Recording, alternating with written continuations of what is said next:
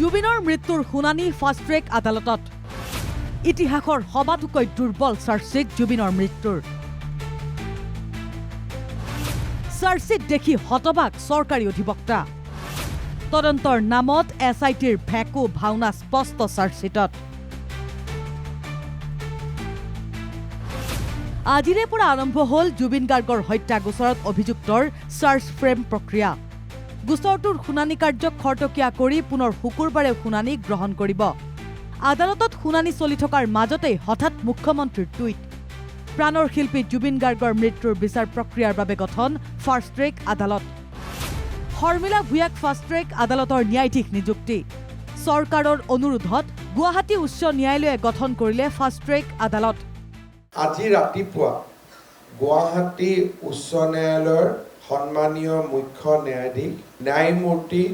আশুতোষ কুমাৰ ডাঙৰীয়াই মোক এখন পত্ৰ লিখি তেখেতে আমাৰ বাক্সা জিলাৰ ডিষ্ট্ৰিক্ট আৰু সেশন জাজ শ্ৰীমতী শৰ্মিলা ভূঞাক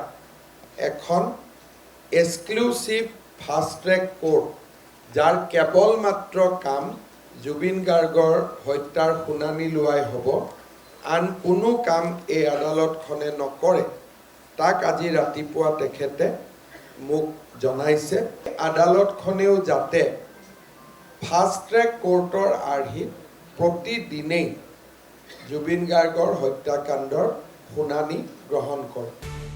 এতিয়াৰে পৰা প্ৰতিদিনেই হ'ব জুবিন হত্যাৰ গোচৰৰ শুনানি তাৰ মাজতে বৃহস্পতিবাৰে আদালতত চলা বিচাৰ প্ৰক্ৰিয়াত ভাৰ্চুৱেলি উপস্থিত থাকে 7 অভিযুক্ত লগতে উপস্থিত থাকে জুবিন গাৰ্গৰ পত্নী গৰিমা শইকীয়া গাৰ্গ বাদ্যযন্ত্ৰী ৰাজা বৰুৱাও আটাইকেইটা অভিযুক্তক দেখি গৰিমাই কয় কাৰাগাৰত আৰামত থকাৰ দৰে অনুভৱ হৈছে কাৰোবাৰ কথাত আশ্বস্ত হৈ থকা যেন লাগে 7 অভিযুক্তক কেনেকৈ কাৰাগাৰত এনেদৰে থাকিব পাৰিছে আমি নাজানো অভিযুক্তৰ মুখত নাই চিন্তা নাই শংকা কিন্তু ন্যায়ৰ বাবে শংকিত হৈ আছো আমি কেতিয়াও নাই কোনোদিনে দেখা নাই তেওঁলোক আৰামত আছে খুব আশ্বস্ত হৈ আছে কিবা কথাত চাগে মানুহ একিউজ হৈ থাকিলে আচলতে জেলত থাকিলে মানুহ যেনেকৈ টেনশ্যনত থাকিব লাগে বা এইটো মাৰ্ডাৰ কেছত তেওঁলোক একিউজ আমি কেতিয়া ন্যায় পাম আমি কেতিয়া উত্তৰ পাম সেই কথাবোৰ লৈ আমি যিমান টেন্স মই সেইকেইটা মানুহৰ মুখত কোনোদিনে মই সেইখিনি শংকা দেখাই নাই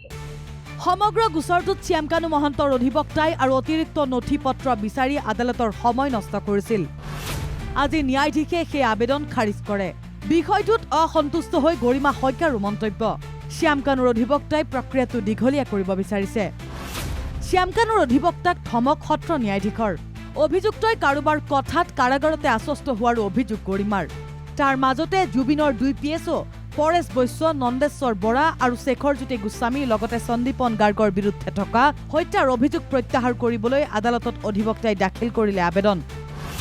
শুকুৰবাৰে এই আবেদনৰো হ'ব শুনানি ফাষ্ট ট্ৰেক আদালত সন্দৰ্ভত গৰিমাৰ মন্তব্য ফাষ্ট ট্ৰেক আদালতৰ কথা ঘোষণা কৰা দেখিছো কাৰ্যকৰী হলেহে গম পাম কেনেকৈ আগবাঢ়ে এনাউন্সমেণ্টহে হৈছে এতিয়ালৈকে অফিচিয়েল নটিছ অহাই নাই কেতিয়া আৰম্ভ হ'ব কেনেকৈ হ'ব আৰু গোটেই ন্যায় প্ৰক্ৰিয়াটো আমি সম্পূৰ্ণ নাজানো গতিকে আস্থাৰ আমি ৰাখিছিলোঁ যে ফাষ্ট ট্ৰেক হ'লে সোনকালে হ'ব ডে টু ডে হিয়াৰিং হ'ব উইটনেছ আহিব ডেইলি চামন কৰিব তেওঁলোকক গতিকে সেইটো আশা ৰাখিছোঁ এতিয়া প্ৰচেছটো আৰম্ভ হ'লেহে আমি গম পাম কাৰণ কোৰ্ট কাছাৰীৰ এনেকুৱা মানে প্ৰক্ৰিয়াত আমি কেতিয়াও সোমোৱাই নাছিলোঁ গতিকে এতিয়া আমি অভিজ্ঞতা হৈছে লাহে লাহে দেখিছোঁ তো হোৱাটো আশা কৰিছোঁ আমি কাৰণ সেইটো বিচাৰি আছিলোঁ এতিয়া ঘোষণা হৈছে কেতিয়াবা কাৰ্যকৰী হয় সেইটো শ্যামকানু মহন্তে আৰু সময় বিচাৰিছিলে কিন্তু কোৰ্টে সেইটো ৰিজেক্ট কৰিছে টাইম নিদিলে আৰু তো ডে টু ডে হিয়াৰিং হ'ব বুলি কোৰ্টে কৈ দিলে প্ৰাণৰ শিল্পী জুবিন গাৰ্গৰ মৃত্যুৰ তদন্তৰ নামত এখন দীঘলীয়া চাৰ্জশ্বিট দাখিল কৰিয়েই দায়িত্ব সামৰিলে SITয়ে চাৰ্জশ্বিটৰ পৃষ্ঠাই SITৰ তদন্তৰ নামত ভেকু ভাওনা স্পষ্ট হৈ পৰিছে